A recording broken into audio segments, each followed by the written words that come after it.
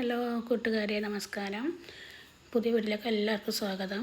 ഞാൻ നല്ല അടിപൊളി ഒരു മാങ്ങാക്കറി ആയിട്ട് വന്നിട്ടോ. മാങ്ങ മുളക് കറി അങ്ങനെ വറ്റിച്ച് വെച്ചതാണ്. നമ്മൾ ചോറിനൊക്കെ കൂട്ടാൻ നല്ലതാണ്. അതേപോലെ നമുക്ക് ഒറ്റ വെറുതെ ഇരുന്ന് തിന്നാനൊക്കെ നല്ലതാട്ടോ. നല്ല ടേസ്റ്റാണ്.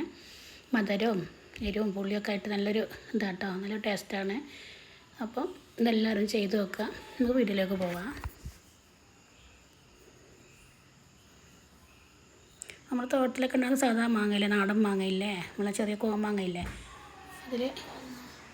അതിൽ ഇടത്തരം ചെറിയ ചെറിയ മാങ്ങ നോക്കി എടുക്കുക കേട്ടോ. ആ മാങ്ങ എടുത്തിട്ടുണ്ട് ഞാൻ. നന്നായിട്ട് കഴുകി വൃത്തിയായി തോല് പൊളിച്ചെടുക്കണം കേട്ടോ. തോല് കത്തി വെച്ച് അരിഞ്ഞ് അല്ലെങ്കിൽ അല്ലാതെ പൊളിച്ചെടുക്കുക ചെയ്യാം. ഞാൻ 2-3 അങ്ങനെ കൈ വെച്ച് തന്നെ പൊളിച്ചെടുക്കുക ചെയ്തേ. അപ്പോൾ അതവിടെ പൊളിച്ച് മാറ്റി വെച്ചിട്ടുണ്ട് കേട്ടോ ഞാൻ. ഇപ്പോൾ ഒരു ചട്ടി അടുപ്പത്ത് വെച്ചിട്ടുണ്ട്. മൺചട്ടിയിലാണ് ഞാൻ ഉണ്ടാക്കുന്നത്. അപ്പോൾ അതിലേക്ക് ഇടേണ്ട മസാല ഞാൻ ആദ്യം എടുത്ത് വെച്ചിട്ടുണ്ട്. ഒറ്റയ്ക്ക് തന്നെ വീഡിയോ പിടിക്കുന്നുണ്ടായി ഒക്കെ ആദ്യം എടുത്ത് വെച്ചാൽ കേട്ടോ. അപ്പം മഞ്ഞൾപ്പൊടി, മുളക് പൊടിയാണ്. മാങ്ങ തൊലിയൊക്കെ കളഞ്ഞ് വെച്ചിട്ടുണ്ട്. ഇനി അതിലേക്ക് നമുക്ക് കുറച്ചൊരു മസാല ഉണ്ടാക്കണം കേട്ടോ. മുളക് പൊടി കുറച്ചൊന്ന് മേലെ ഒന്ന് വിതറി കൊടുത്താൽ മതി. ഒരു തവണയെങ്കിലും ഉണ്ടാക്കി നോക്കണം. ഇതിന് മാങ്ങേൻ്റെ തേങ്ങാക്കറി ഇങ്ങനെ എല്ലാവരും വെക്കുന്നതാണ്. ഞാനത് ഇതിന് വെച്ചിട്ടില്ല. ഞാൻ മാങ്ങേൻ്റെ സമയത്ത് ഞാനിങ്ങനെ മാങ്ങ എടുത്തിട്ട് ഇതേപോലെ വെക്കലുണ്ട് കേട്ടോ. അപ്പം കുറച്ചൊരു മുളക് പൊടി മേലെ അങ്ങനെ വെറുതെ ഇട്ട് കൊടുത്തിട്ടുണ്ട്. അപ്പോൾ ഒന്ന് അതിൻ്റെ മേലെ പിടിപ്പിക്കാൻ നല്ലതായിരിക്കും കേട്ടോ. അപ്പോൾ ഞാൻ ഒരു കയ്യിൽ ഫോൺ ഒരു കൈ കൊണ്ട് ചെയ്യുന്നതുകൊണ്ട് എനിക്ക് ചെയ്യാൻ പറ്റാത്തതുകൊണ്ടാണ്. അപ്പോൾ ഇതേപോലെ മുളക് പൊടി ഇട്ടിട്ടുണ്ട്. നമുക്ക് ചട്ടി ചൂടായിട്ടുണ്ട്. അതിലേക്ക് നമുക്ക് എണ്ണ ഒഴിച്ച് കൊടുക്കാം കേട്ടോ. ഇതിലധികം സാധനങ്ങളൊന്നും വേണ്ട കേട്ടോ. ഞാൻ ഉലുവ ഇട്ട് കൊടുക്കുന്നുണ്ട് ആദ്യം.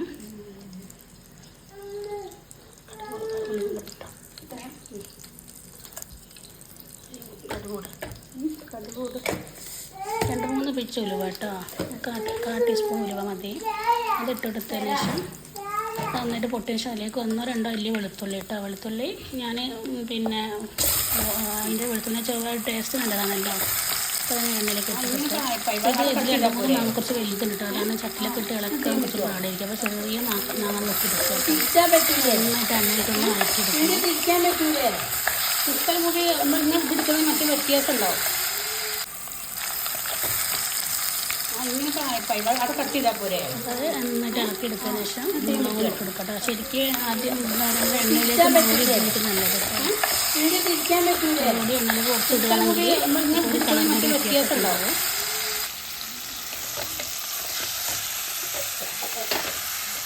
നന്നായിട്ട് ഇളക്കി എന്നിട്ട് മാങ്ങൻ്റെ ഒരു പച്ചതൊക്കെ പോയതിന് ശേഷം മുളക് ഇട്ട് കൊടുക്കുക കേട്ടോ. അപ്പോൾ അതിൻ്റെ മുമ്പ് കുറച്ച് എണ്ണ ഇട്ട് കൊടുക്കുക നല്ലതായിരിക്കും കേട്ടോ. അപ്പോൾ മസാലയൊക്കെ ഒന്ന് കുറച്ച് പച്ചമണം പോയതിന് ശേഷം അതിൽ കുറച്ച് വെള്ളം ഒഴിച്ച് കൊടുക്കുക. എന്നിട്ട് നന്നായിട്ട് മിക്സ് ആക്കിയിട്ട് ആവശ്യത്തിന് ഉപ്പ് ഇട്ട് കൊടുത്തിട്ട് നന്നായിട്ട് അടച്ച് വെക്കണം. ചട്ടി ഇത് വലിയ മാങ്ങയാണ് കേട്ടോ. കുറച്ച് വലിയ മാങ്ങ 3-4 വലിയ മാങ്ങ ഉണ്ട്. അതുകൊണ്ടാണ് ഇളക്കാൻ കുറച്ചൊരു പാട്.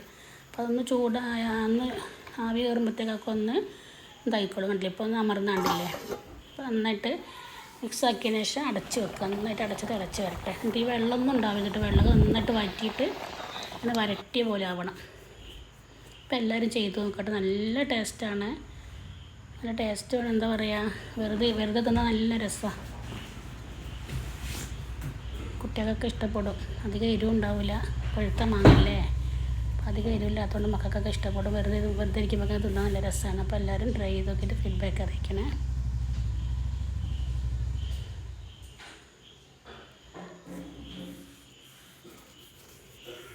അപ്പോൾ എൻ്റെ വീഡിയോ ഇഷ്ടപ്പെട്ട ലൈക്ക് ചെയ്യുക, ചാനൽ സബ്സ്ക്രൈബ് ചെയ്യണേ. ചെയ്യാതെ കാണുന്നുണ്ടെങ്കിൽ ചെയ്യണേ.